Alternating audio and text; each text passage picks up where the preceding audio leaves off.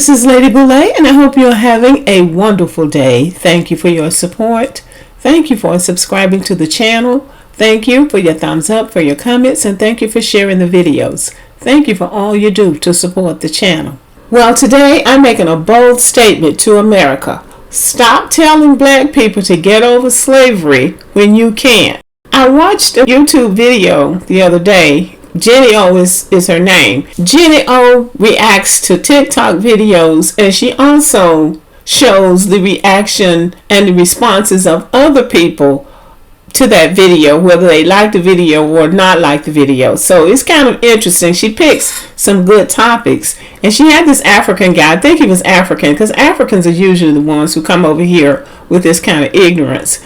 And he was talking about how we need to get over slavery and how long ago it was, and none of us were ever enslaved, and we need to get over it, and we shouldn't be asking for reparation. Now, they wouldn't have a problem with it if they were being included in it. But that's what he was saying. And I dismiss Africans when they do this, because now I think we all have to sort of dismiss that kind of rhetoric as ignorant. Jenny O read some of the comments coming from the people who had responded to his video, and they were mostly white people saying stuff like, "Oh, I really agree with you," or "Somebody should have said this a long time ago," just really applauding him for making statements like that about black Americans, something that has absolutely nothing to do with him, but he's meddling into something that's none of his business. But because he is trying to check black Americans, a lot of white people agreed with him. But watching that video got me to thinking about slavery, and especially with white Americans. They want us to stop talking about it. They want us to get over it, but they can't get over it. And I'm going to tell you why I say that. I go to plantation houses all the time, and I drag my husband along with me. But we are the few blacks, and most of the time the only blacks, who are at those houses. Those houses are glorified. The white people in those houses, they flock to those houses, whether it's Monticello, Mount Vernon, Montpelier, or down here in the South. There is a plantation house not far from my father's homeland. My father is from Noxubee County, Mississippi, near Prairie Point. And going down in that way, you go through Columbus, Mississippi, and off the beaten path there is a plantation house called Waverly. And if you go to Waverly, the white people are there. They come, they want to hear the stories. They want to hear about the grandiosity and the magnificence of that house and those slaves. And they'll start talking about the family that lived in the house, but eventually got to get around to the slaves. They want to know about the slaves. That just was a magical time in America for white people, and it really was. It was a time for them to make money at almost no cost. They get their hands on an old slave, work him to death, make some money off of that one, and then buy another one, work those slaves to death, and they end up being rich men. One season of cotton could turn a poor white man into a rich man. So that was a magical time in America for white people, especially white men, and they have not forgotten it. I'm not sure why they think we should forget it, because they have not forgotten it. In my travels around the southern part of the United States, what do I see? These slave houses are up and running. These plantation houses that were built on the backs of the enslaved people are still up and running. Not only that, but they are getting money from the federal government. They're on the National Register, which means that they're getting money from the federal government to pay somebody to keep these houses up, and paying people to work in those houses and keep them going. They're calling them historic house museums. So there are museums now. And then they have gift shops where the merchandise is just overly priced. It's just overpriced.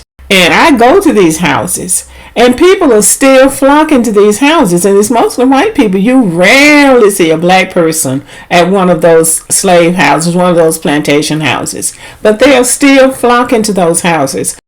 This is the Whitney Plantation in St. John the Baptist Parish near Wallace, Louisiana.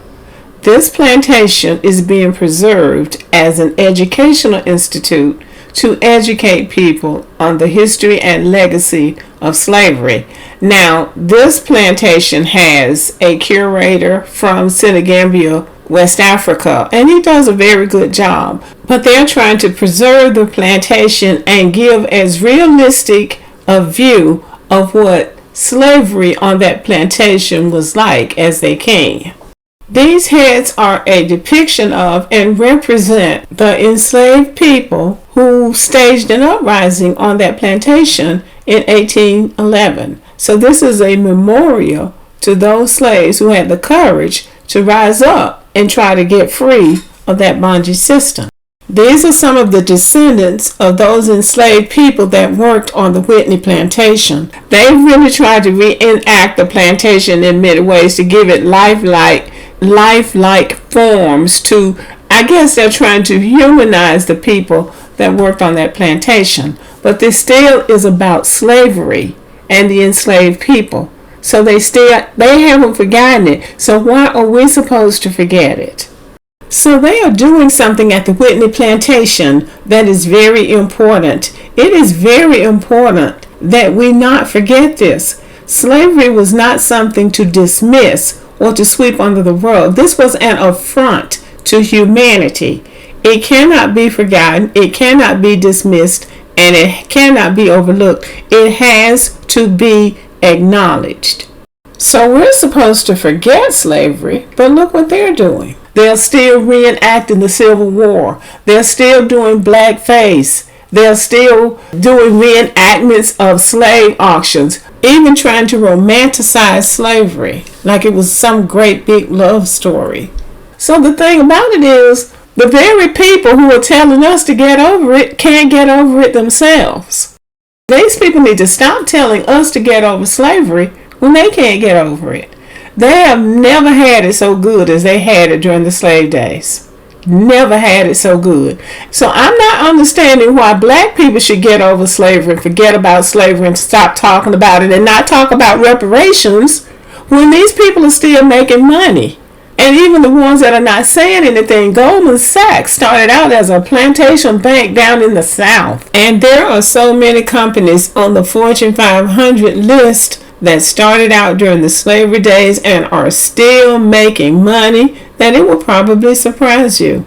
So it's never going to go away because this whole foundation of this country was based on slavery. And I can't imagine why anybody would think that the descendants of slavery should forget it. It doesn't mean that you got to walk around mad and angry and running up your blood pressure, but it's our history. Why would we want to forget that? Well, I'm here to say that I don't think we can. We can't get over it until America gets over it. America can't get over slavery as long as they're still making money off of the memories of slavery. Nobody sees anything wrong with what happened to black people except us, and they were our kinfolk. So I just say, stop telling me to get over something that you can't get over. Okay? Let me know what you think about the video. Thank you for listening. Subscribe to the channel, give me a thumbs up, leave a comment, share the video, and as always, have a great day.